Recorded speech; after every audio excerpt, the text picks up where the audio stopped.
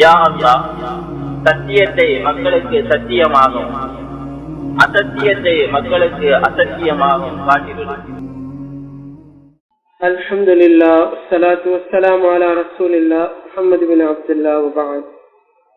அல்லாஹும்ம ஸல்லி அலா முஹம்மதின் வ அலா ஆலி முஹம்மத் கமா ஸல்லைத அலா இப்ராஹீம் வ அலா ஆலி இப்ராஹீம் இன்னக ஹமீதும் மஜீத்.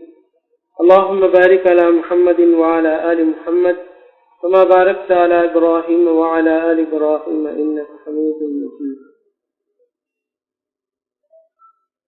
இன்று அதிகாலையில கிண்ணியாவை சேர்ந்த எங்களோட ஹபீப் சகோதரர் அவங்களுடைய தாயார் வஃபாத்தாக இருக்கிறாங்க. அவங்களுக்காக வேண்டி அவங்களுடைய பாவங்கள் மன்னிக்கப்படுறதுக்காக, அவருடைய கபருடைய வாழ்க்கை நல்ல முறையில் அமையறதுக்காக, மறுமை வாழ்க்கை நல்ல முறையில் அமையறதுக்காக சகோதரர்கள் துஆக்கள்ல சேர்த்துக் கொள்ளுங்க.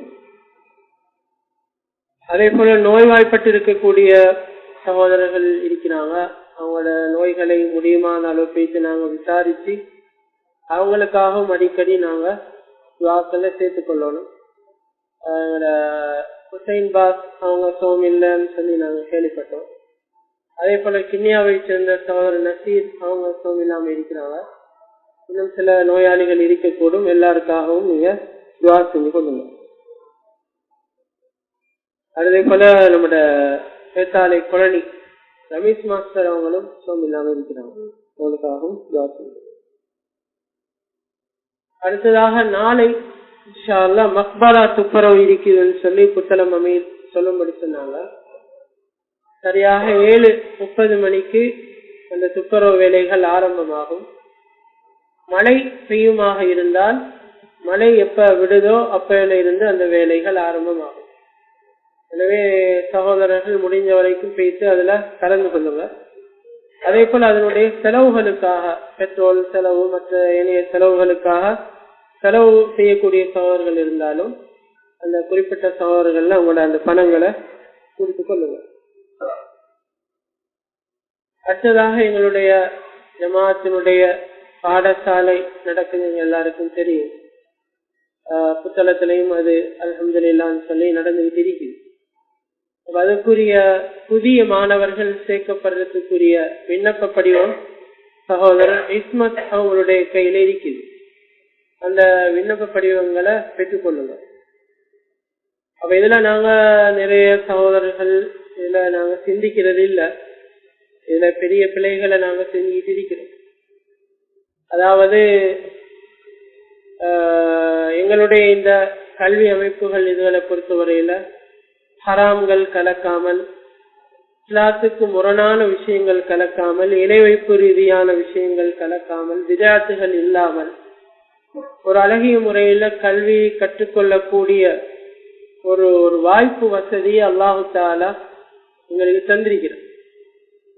நாங்க அதுக்குரிய அந்த முயற்சிகளை தான் நாங்க ஈடுபடணும். அதுக்காக நாங்க ஆர்வம் காட்டணும். அதை பலப்படுத்துறதுக்குரிய அந்த முயற்சிகளை நாங்க செய்யணும். ஏனைய இதுகளை நாங்க பாக்குற நேரம் என்ன நடக்குது, அதாவது ஆசிரியர்கள் வரக்கூடிய அந்த சந்தர்ப்பங்கள்ல எழும்பி நிக்கிறாங்க. என்ன எழும்பி நிக்கிறதுங்கிறது அல்லாஹுக்காக நாங்க செய்ய வேண்டிய ஒரு அமல். எப்படி நாங்க வுது செய்யறோமோ, அதே போல எப்படி நாங்க சுஜூது செய்யறோமோ, அதே போல தொழுகையில சமி அல்லாஹு லிமன் ஹமீதா அல்லாஹும்ம ரப்பனா வலக்கல் ஹம்து அப்படியே நாங்க நிற்போம். என்ன இது ஒரு இபாதத், ஒரு அமல். அப்ப இந்த அமல் சம்பந்தப்பட்ட விஷயங்கள், இந்த இபாதத் சம்பந்தப்பட்ட விஷயங்களை அடுத்தவங்க கேட்கிறாங்க. இதை நீங்க எங்களுக்கு செய்யுங்க, இதை நாங்க செஞ்சாதான் உங்களோட பிள்ளைகளுக்கு நாங்க படிச்சு கொடுப்போம், அல்லது அந்த பிள்ளைகளுக்கு நாங்க பாடம் நடத்துவோன்ற ஒரு ரீதியில எத்தனை பேர் நடந்துட்டு இருக்கிறாங்க. அப்ப இதை நாங்க சரியா விளங்கி கொள்ளணும். நிறைய பேர் இதை பத்தி சரியா சிந்திக்கிறது இல்லை. நபி ஸல்லல்லாஹு அலைஹி வஸல்லம் உங்களோட விஷயத்தை பொறுத்த வரையில எங்களுடைய மிகச்சிறந்த ஆசான் அல்லாஹ்வின் தூதர் ஸல்லல்லாஹு அலைஹி வஸல்லம் அவங்க. அருமை தோழர்களை பொறுத்தவரையில அவங்களுக்கு சகல விதமான விஷயங்களையும் அவங்க கற்றுக் கொடுத்தாங்க. அப்ப எந்த அளவுக்கு ஸல்லல்லாஹு அலைஹி வஸல்லம் அவங்க அவங்களுக்கு ஆசானாக இருந்து கற்றுக் கொடுத்தாங்க என்றால், மலஜலம் கழிக்கிறது எப்படி, அதை துப்புரவு செய்யறது எப்படி, எந்த மாதிரி அந்த சந்தர்ப்பத்துல நடந்து கொள்ளணும், இது எல்லாத்தையும் அவங்க கற்றுக் கொடுத்தாங்க. அவ எந்த அளவுக்கு சொன்னாங்கண்டா, வெளியில அந்த மார்க்கத்துல இல்லாத அந்த சந்தர்ப்பத்துல இருந்த யூதர்கள் சொன்னாங்க, என்ன அவங்களோட நபி இதெல்லாமா சொல்லி தருவாரு, இதெல்லாமா உங்களுக்கு கற்று தருவாருன்னு சொல்லி அதை இழிவாக பேசுகின்ற அளவுக்கு ஸல்லல்லாஹு அலைஹி வஸல்லம் நுணுக்கமாக ஒவ்வொரு விஷயங்களையும் அருமை தோழர்களுக்கு கற்றுக் கொடுத்தாங்க. ஆனால் அந்த அருமை தோழர்கள் நபி ஸல்லல்லாஹு அலைஹி வஸல்லம் உங்களுடைய அந்த வரக்கூடிய சந்தர்ப்பத்துல எப்பயாவது சரி எழும்புவாங்களான்னு கேட்டா எழும்ப மாட்டாங்க. அனஸ் இப்னு மாலிக் ரலியல்லாஹு அன்ஹு அறிவிக்கிறாங்க, அல்லாஹ்வின் தூதர் ஸல்லல்லாஹு அலைஹி வஸல்லம் அவர்கள் அருமை தோழர்களுக்கு விருப்பத்துக்குரியவர்களாக இருந்தாலும், அவங்களோட உயிரை விட அவங்க நேசிச்சாலும், மிக கடுமையாக அல்லாஹ்வின் தூதர் ஸல்லல்லாஹு அலைஹி வஸல்லம் அவங்களை நேசிச்சாங்க. ஒருமுறை ஒரு எதிரி, குறைஷி குலத்தை சேர்ந்த ஒரு எதிரி வந்து ஸல்லல்லாஹு அலைஹி வஸல்லம் உங்களோட கழிச்சு தீக்கிற நேரம் சும்மா ஒரு சமாதான பேச்சுவார்த்தை நடத்துறார். அப்படி கழிச்சு தீக்கிற நேரம் ஸல்லல்லாஹு அலைஹி வஸல்லம் உங்களுடைய தாடியை பிடிச்சு அவர் கழிக்கிறார். பக்கத்துல இருந்த சஹாபி என்ன செஞ்சாங்க, தன்னுடைய வாளால வந்து அவருடைய கையை தட்டி விட்டாங்க, தொழாத அப்படின்னு. அந்த அளவுக்கு அவங்களுக்கு ஸல்லல்லாஹு அலைஹி வஸல்லம் உங்களுடைய விஷயத்துல கண்ணியம் இருந்தது, மதிப்பும் மரியாதையும் இருந்தது. உயிரை கொடுக்கறதுக்கு எந்த சந்தர்ப்பத்திலையும் தயாராக இருந்தாங்க. உஹது யுத்தத்துல நபி ஸல்லல்லாஹு அலைஹி வஸல்லம் அவங்களை வந்து அடையிறதுக்கு முழு காஃபிர்களும் நெருங்கிட்டாங்க. அருமை தோழர்கள் சுற்றி வளைச்சு நின்று அவங்களுடைய முதுகுகளை கொடுத்து பல்வேறுபட்ட காயங்களை அவங்க அனுபவிச்சு ஸல்லல்லாஹு அலைஹி வஸல்லம் அவங்களை காப்பாற்றுறதுக்குரிய அந்த முயற்சிகளை செஞ்சாங்க. அந்த அளவு அவங்கள உயிரையே வச்சிருந்தாங்க. என்றாலும் ஸல்லல்லாஹு அலைஹி வஸல்லம் அவங்க வரக்கூடிய சந்தர்ப்பத்துல அவங்க எழும்ப மாட்டாங்க. அனஸ் இப்னு மாலிக் ரலியல்லாஹு அன்ஹு சொன்னாங்க, ஏன் எழும்புற இல்ல, என்ன மதிப்பு இல்லையா, அல்லது கண்ணியம் இல்லையா, நேசம் இல்லையா? இல்ல, ஸல்லல்லாஹு அலைஹி வஸல்லம் அவங்க இந்த செயலை வெறுப்பார்கள், இதனை அவர்கள் அங்கீகரிக்க மாட்டார்கள், ஏற்றுக்கொள்ள மாட்டார்கள் என்று அவங்களுக்கு தெரியும். அதனால அவங்க இந்த வேலையை செய்ய மாட்டாங்க அப்படின்னு சொல்லி அனஸ் இப்னு மாலிக் ரலியல்லாஹு அன்ஹு அறிவிக்கிறாங்க. எனவே இந்த அளவு ஒரு பாரதூரமான ஒரு வெறுக்கத்தக்க ஒரு விஷயம். ஸல்லல்லாஹு அலைஹி வஸல்லம் அவங்களுடைய ஒரு செய்தி முஆவியா ரலியல்லாஹு அன்ஹு அறிவிக்கிறாங்க. முஆவியா ரலியல்லாஹு அன்ஹு ஒரு ஆட்சியாளராக இருக்கிறாங்க. அப்ப அவங்க வரக்கூடிய ஒரு சபையில ஒரு 2 பேர் அவங்க வரும்போது எழுப்பி நிற்கிறாங்க. அவங்க ஒரு ஆட்சியாளர், ஒரு ஹலீஃபா, நிறைய சாம்ராஜ்யங்கள் அவங்களுக்கு கீழே இருந்தது. அவங்க வரக்கூடிய அந்த சந்தர்ப்பத்தில் 2 பேர் எழும்பினத்தோட உட்காருங்க உட்காருங்கன்னு அவங்களை உட்கார வச்சாங்க. எழும்பவானா, ஏன் எழும்ப கூடாது? ஸல்லல்லாஹு அலைஹி வஸல்லம் ஹதீஸ் சொன்னாங்க, யாராவது சரி ஒருவர் மனிதர்கள் தனக்கு எழுந்து நின்று சிலையை போல அப்படி மரியாதையாக நிற்க வேண்டும் என்று யார் விரும்புகிறாரோ அவர் நரகத்துல ஒரு இடத்தை ஒதுக்கி கொள்ளட்டும் அப்படின்னு ஸல்லல்லாஹு அலைஹி வஸல்லம் அவங்க சொல்லி இருக்கிறாங்க. எனவே நீங்க இந்த வேலையை செய்யாதீங்க அப்படின்னு சொல்லி தடுத்தாங்க. அப்ப இது ஒரு மார்க்கத்துல வன்மையாக கண்டிக்கப்பட்ட ஒரு விஷயம். நாங்க எழும்புறது அல்லாஹுக்காகத்தான் சிரமணியிற ஒரு நோக்கத்துல எழும்போம். சிலவங்க சொல்லுவாங்க, இந்த சில கராட்டி கிளாஸ் அந்த மாதிரி இதுகளுக்கு போற நேரம் அத பயிற்றுவிக்கக்கூடிய அவருக்கு வந்து குனிஞ்சு சாப்பிட்டாங்க செஞ்சுட்டு தான் அதை ஆரம்பிப்பாங்க. அப்ப சிலவங்க சொல்லுவாங்க, இதை செஞ்சுட்டு நாங்க இதை பழகணுமா என்று சொல்லி அதை விட்டவங்களும் இருக்கிறாங்க. இது தேவையில்லை.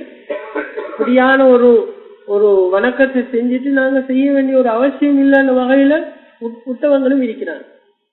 எப்படி குனிஞ்சு சாஸ்தாங்கம் செய்வது வெறுக்கிறீங்களோ, எப்படி சுஜூது செய்யறதை நீங்க வெறுக்கிறீங்களோ, அதே போன்றுதான் உட்கார்ந்து இருக்கக்கூடிய நிலையில ஒரு ஆசிரியர் வாராரு அல்லது யாராவது ஒரு பெரியவர் வாராரு, அவங்க எழுந்து நின்று இப்படி மரியாதை செய்யறதும் இதை நாங்க வெறுக்கணும்.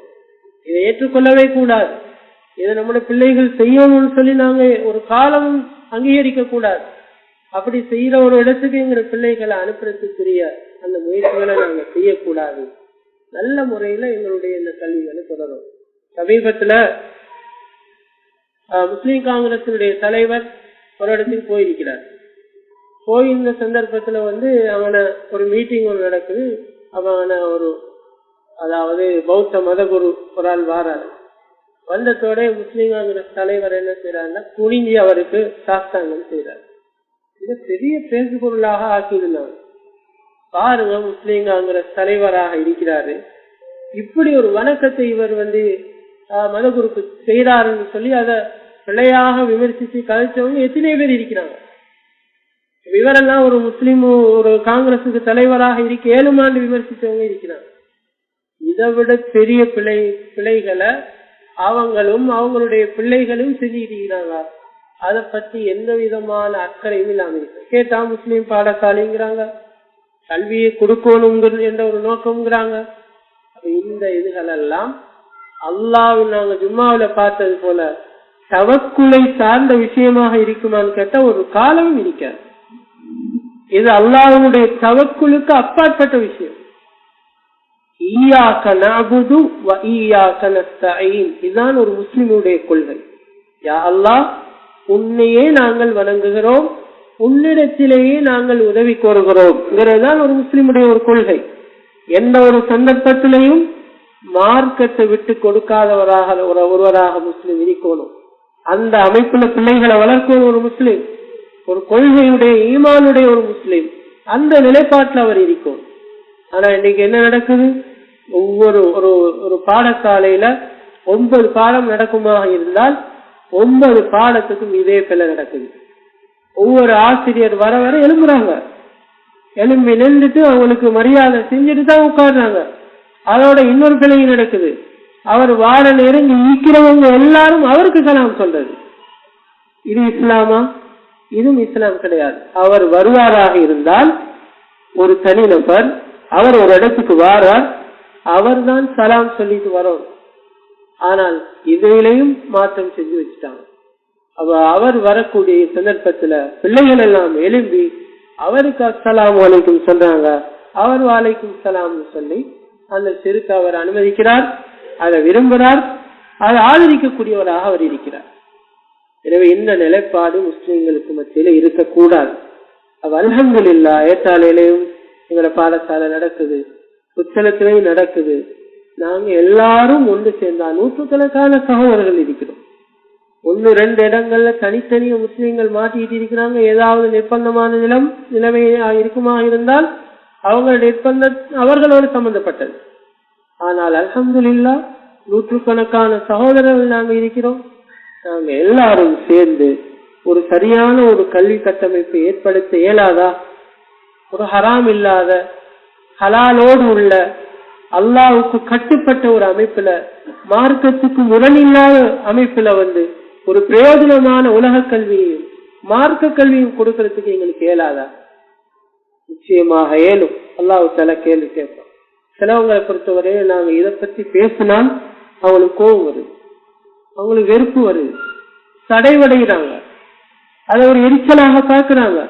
ஆனால் நாங்க சொல்றதுதான் சத்தியம், நாங்க சொல்றதுதான் உண்மை, இதுதான் ஹக்கு. இது வெறுப்பாக இருந்தாலும் இந்த ஹக்கை நாங்கள் ஏற்றுக்கொண்டுதான் ஆகும். எனவே எங்களுடைய அடிப்படையான சில விஷயங்கள் தடுமாறி போறதுக்குரிய காரணம் இந்த உலக விஷயங்களை சாதித்துக் கொள்ளணுங்கிறதுக்காக வேண்டி, ஏதோ ஒரு வகையில என்னுடைய பிள்ளையினுடைய எதிர்காலத்துல சிறப்பாக இருக்கணுங்கிறதுக்காக வேண்டி இந்த மாதிரியான விஷயங்களை வச்சு செய்ய பார்க்கிறாங்க. ஆனால் அல்லாஹ் இந்த நேரத்தில் துணையாக இருக்க மாட்டான். அல்லாஹ்வுடைய உதவி கிடைக்காது. அல்லாஹ்வுக்கு கட்டுப்படாத இடத்துல அல்லாஹ்வுக்கு செய்ய வேண்டியதை இன்னொரு ஆளுக்கு அவருடைய கட்டளையின் பேர்ல செய்யக்கூடிய இடத்துல எப்படி அல்லாஹ்வுடைய உதவி கிடைக்கும்? இதை எப்படி நாங்க தவக்குள்ள சேர்க்கிறது? அல்லாஹ்ல நம்பிக்கையில எப்படி நாங்க இதை சேர்க்கிறது? ஒரு காலமும் சேர்க்கல. நாங்க உறுதியாக அல்லாஹ்வுடைய விஷயத்துல நம்பிக்கையோடு இருக்கிறோம்னு எப்படி நாங்க இது பண்றது? அவங்களுக்கு தான் பயம் இல்லையே. நாங்க அல்லாஹ்வுக்கு கட்டுப்படுறோம், அல்லாஹ் சொன்னதன் பிரகாரம் எங்களுடைய பிள்ளைகளுடைய கல்விகளை நாங்கள் கொடுக்கிறோம். ஹராம் இல்லாத அமைப்பில், இணை வைப்பு இல்லாத அமைப்பில் எங்களுடைய பிள்ளைகளுடைய கல்வியை நாங்கள் கொடுக்கிறோம்.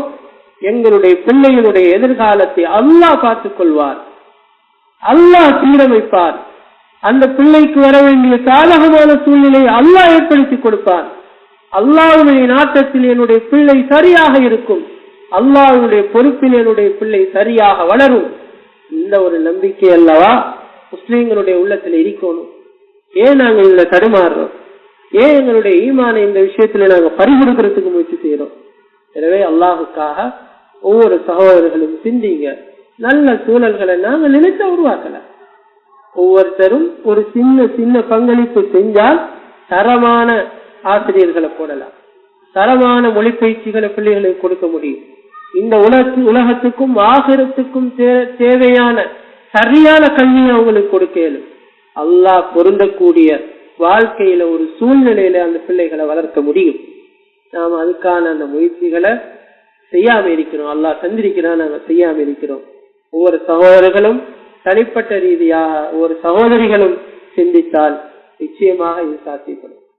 இதுல மேலதிகமாக என்ன நடக்குது என்றால், ஒரு சகோதரர் நாம செஞ்ச உபதேசத்தை கேட்டு ஒரு ஆள் முன் வாரான்னு வைங்கள, அதை கெடுக்கிறதுக்கே இதுக்குள்ள ஆக்கள் இருக்கு, அதை திசை திருப்புறதுக்கே இதுக்குள்ள ஆக்கள் இருக்கிறாங்க. என்ன செய்றீங்க? பிள்ளை எப்படி பிள்ளையோட வாழ்க்கை என்ன? பிள்ளையோட வாழ்க்கையை பத்தி நீங்க சிந்திச்சீங்களா? அந்த பிள்ளையோட எதிர்காலத்தை பத்தி நீங்க சிந்திச்சீங்களா என்று சொல்லி அவங்களை அப்படி கழுவி இது பண்ணி அவங்களோட இதோட சேர்த்து பிழையான ஒரு ரீதியில அனுப்புறதுக்குரிய முயற்சிகளை செய்யறவங்க இருக்கிறாங்க. எனவே இந்த பிழையான விஷயங்களை நாங்க யாருடைய சொல்லையும் கேட்கக்கூடாது, யாரோடையும் கூட்டி சேரக்கூடாது, பிழையான விஷயங்களுக்காக கூட்டி சேரக்கூடாது. நல்ல விஷயங்களை பலப்படுத்துறதுக்காக, நல்ல விஷயங்களுக்கு உதவி செய்யறதுக்காக வேண்டி நாங்க தாராளமாக கூட்டு சேரலாம், தாராளமாக உதவி செய்யலாம். அல்லாஹ் சொன்ன தாவனு அலல் பிர்ரி வத்தக்வா, நன்மையான விஷயம், தக்வா சார்ந்த விஷயங்கள், அல்லாஹ்வுக்கு பயந்து தக்வாவான முறையில் ஒரு விஷயத்தை செய்யணுங்கிறதுக்காக வேண்டி நீங்கள் உங்களுக்கு ஒருவருக்கு ஒருவர் உதவி செய்து கொள்ளுங்கள். வலா தாவனு அலல் இஸ்மி வல் உதுவான், பாவம் வரம்பு மீறல் விஷயங்களை நீங்க ஒருவருக்கொருவர் ஒத்துழைப்பாக இருக்காதீர்கள், ஒருவருக்கு ஒருவர் உதவியாக இருக்காதீர்கள் என்று அல்லாஹ் தஆலா சொல்றார். இதுல எந்த வகையிலும் இந்த மாதிரியான விஷயங்களை தூண்டுறதோ அல்லது ஒத்துழைப்பாக இருக்கிறதோ நாங்க செய்யவே கூடாது. அவைதான் ஒவ்வொரு சகோதரர்களும் சரியா புரிஞ்சு கொள்ளுங்க. அப்ளிகேஷன் இருக்குதுன்னு சொல்றாங்க, அப்ப அதை எடுங்க.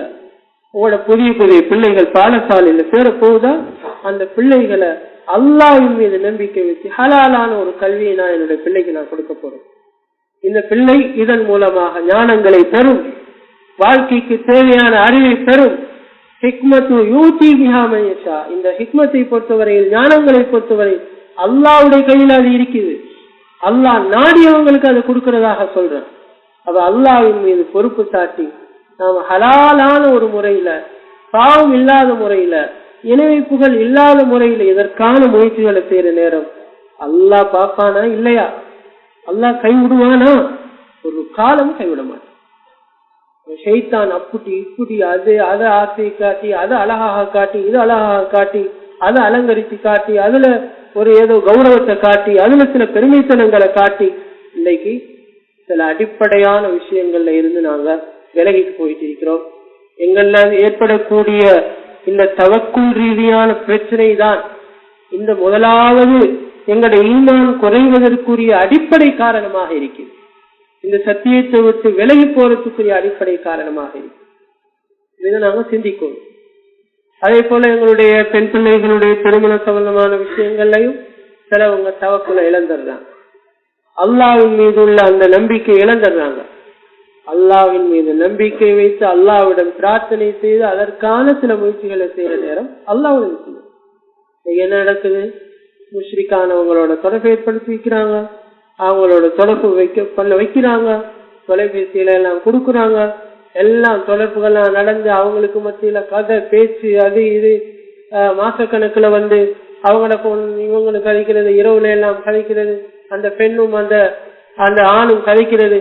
பார்த்தா இவரும் நீ இஸ்லாத்தை ஏற்றுக்கொள்ள இல்லை, எல்லாம் செஞ்சுட்டு கடைசியில வந்து இஸ்லாத்துக்கு வரப்போறன்னு சொன்னது, அங்கே நிர்பந்தங்கிறது, இங்கே நிர்பந்தம், குத்துபா எங்களுக்கு செய்யலாத அவங்கதான் செய்யணும், இப்படி எல்லாம் வந்து ஜமாத்தை கரைச்சப்படுத்துறது, இப்படியான பிள்ளைகள் எல்லாம் பெருவாய்ப்பை செய்யறாங்க. அதோட இன்னும் ஒரு சிலர் என்ன செய்யறாங்க? முஷ்ரிக்கான ஒரு ஆளுக்கு சர்வ சாதாரணமாக முடிச்சு கொடுக்குறாங்க. தங்களுடைய பிள்ளைகள் முடிச்சு கொடுத்தது மட்டும் இல்ல, அதுக்கு சாப்பாடு வேற போடுறது. நம்மட பிள்ளைய இன்றைக்கு நாங்க நரகவாதியாக ஆக்கி இருக்கிறோம். எனவே அந்த சந்தோஷத்தை கொண்டாடும் விதமாக ஊராருக்கு சாப்பாடு போடுறோன்ற அமைப்புல அந்த சாப்பாடு போடுறது வேற அதுல இருக்குது. சரியான ஈமான் ரீதியாக ஈமான் கண்ணோட்டத்தில் சிந்தித்தால் அவர் எப்படி அதுக்கு இடம் கொடுப்பார்? எப்படி அவர் சந்தோஷமாக இருப்பார்? எப்படி அவர் தன்னுடைய பணத்திலிருந்து அதற்காக உணவுக்காக செலவழிப்பார்? அல்லாஹு தஆலா என்ன சொல்றான்? உங்களுடைய பெண் பிள்ளைகளை ஒரு முஷ்ரிக்கான ஒரு ஆணுக்கு நீங்கள் திருமணம் முடித்து கொடுக்காது. அவர் எவ்வளவுதான் பார்க்கிறதுக்கு வாட்ட சாட்டமான ஒரு ஆளா இருந்தாலும் சரி, எவ்வளவு ஒரு நல்ல அதாவது அவருடைய சொத்து செல்வங்கள் எங்களை கவர்ந்திருந்தாலும் சரி, எப்படியான ஒரு நிலைமையாக இருந்தாலும் அவர் முஷ்ரிக்கா, இஸ்லாத்து தழுவை இல்லையா, முடிச்சு கொடுக்காதீங்க. இதை விட உங்களுக்கு சிறந்தது என்ன? ஒரு அடிமை இருக்கிறார். அடிமையை பொறுத்தவரையில் உங்களுக்கு சொல்ல தேவையில்லை. அவருடைய சுய கட்டுப்பாட்டு அவரே இல்லை. அப்படிப்பட்ட ஒரு அடிமை, ஆனால் அவர் முஸ்லீமாக இருக்கிறார், மூமினாக இருக்கிறார், அவரை உங்களுக்கு முடித்து கொடுப்பது சிறந்தது என்று சொல்றான் அல்லாஹ் தஆலா. இதை சொல்லி அல்லாஹ் உங்களை நேர்வழியின் பால் அழைக்கிறான், சத்தியத்தின் பால் அல்லாஹ் அழைக்கிறான், அவங்க நரகத்தின் பால் அழைக்கிறாங்கன்னு அல்லாஹ் சொல்றான். அவ இதுல நம்பிக்கை இழந்து, இதுல தவக்குலை இழந்து, அல்லாஹ்வுடைய உதவியில அப்படியே சோர்வடைஞ்சி முஷ்ரிக்கான ஆண்களுக்கு பெண்களை, முஸ்லிமான பெண்களை முடித்து கொடுக்கக்கூடிய பெற்றோர்களும் இருக்கிறாங்க. இது தவக்குள் சார்ந்த விஷயம் கிடையாது.